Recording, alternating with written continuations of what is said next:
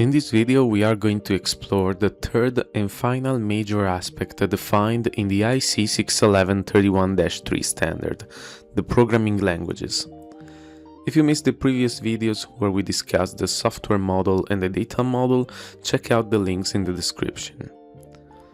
Originally, the standard introduced 5 languages, 2 textual and 3 graphical. However, the instruction list language was deprecated in the 3rd edition of the standard due to its poor readability and higher risk of error. Therefore, we will focus on the 4 remaining languages, examining their origin, features, strengths, and weaknesses. First, we have the most widely recognized and historically significant language, ladder diagram. Ladder diagram is a graphical language designed to mimic the schematic drawings of hardwired relay logic circuits. It was created specifically to ease the transition from physical relays to PLCs, making it immediately accessible to electricians and technicians familiar with electrical diagrams. A ladder diagram program is divided into horizontal lines called rungs, and each rung acts as a line of code, executing sequentially from top to bottom. Each rung connects 2 vertical power rails, creating a conditional flow of power from left to right by placing contacts to evaluate conditions and coils to drive outputs. Ladder diagram is highly intuitive for anyone with electrical background. You do not need to be a computer scientist to read and troubleshoot a ladder program. It allows for excellent visualization of discrete Boolean logic, making it the industry standard for machine interlocks, safety circuits, and process logic, where diagnosing a stop machine quickly is the priority. It is very widely spread and used in many industries and has been for decades the industry standard for PLC programming. However, ladder diagrams become cumbersome when managing intricate algorithms, complex mathematical calculations, or string manipulations. It is significantly less compact than textual languages, and furthermore, it struggles to integrate with modern software engineering tools like version control system and code comparison tools. On the other end of the spectrum, we have structured text. This is a high-level textual programming language with syntax derived from classical languages like Pascal and C. Structured text is the most powerful and flexible language in the standard for implementing complex algorithms, mathematical functions, and data processing. It is far more compact than any graphical equivalent. Because it is text-based, portability between different hardware platforms is much easier, and it also integrates better with modern development workflows such as version control, continuous integration, and automated code generation.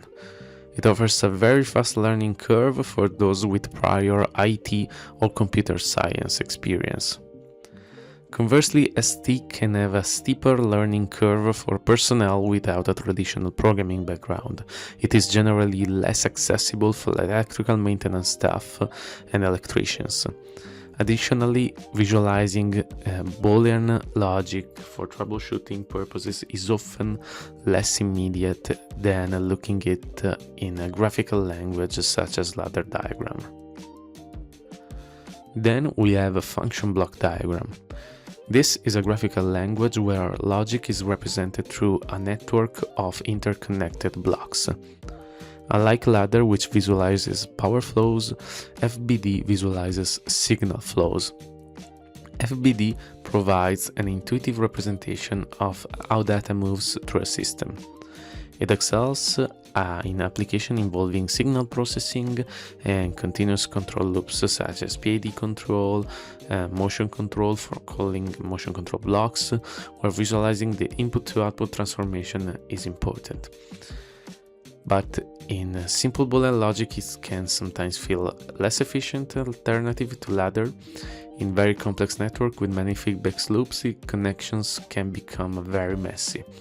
and moreover it is very similar to ladder for a lot of things, and it is often criticized for being a less popular alternative than ladder. So many people say that you should stick to the more adopted and more used language, that is ladder diagram.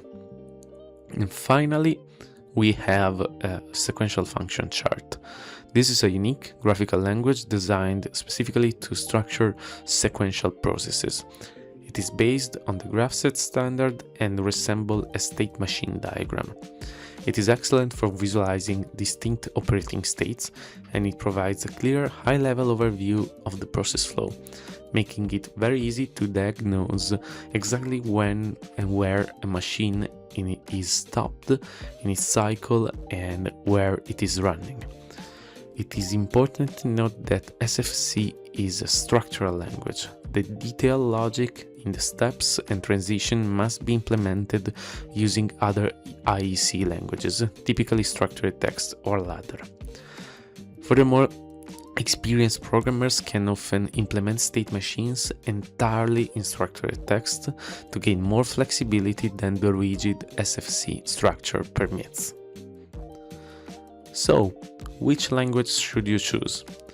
In the modern industry, the choice usually comes down to ladder diagram versus structured text. However, you will find often that the choice is already made for you. Your company, your customer, or the specific industry standards will likely dictate the language based on legacy support, market preference, or maintainability requirements. You must understand that the reason behind language selection is rarely purely technical, and it is often organizational. If you work for a process end user, where the priority is maximizing uptime and troubleshooting is done by maintenance technician working multiple shifts across different lines, you will likely use a ladder diagram.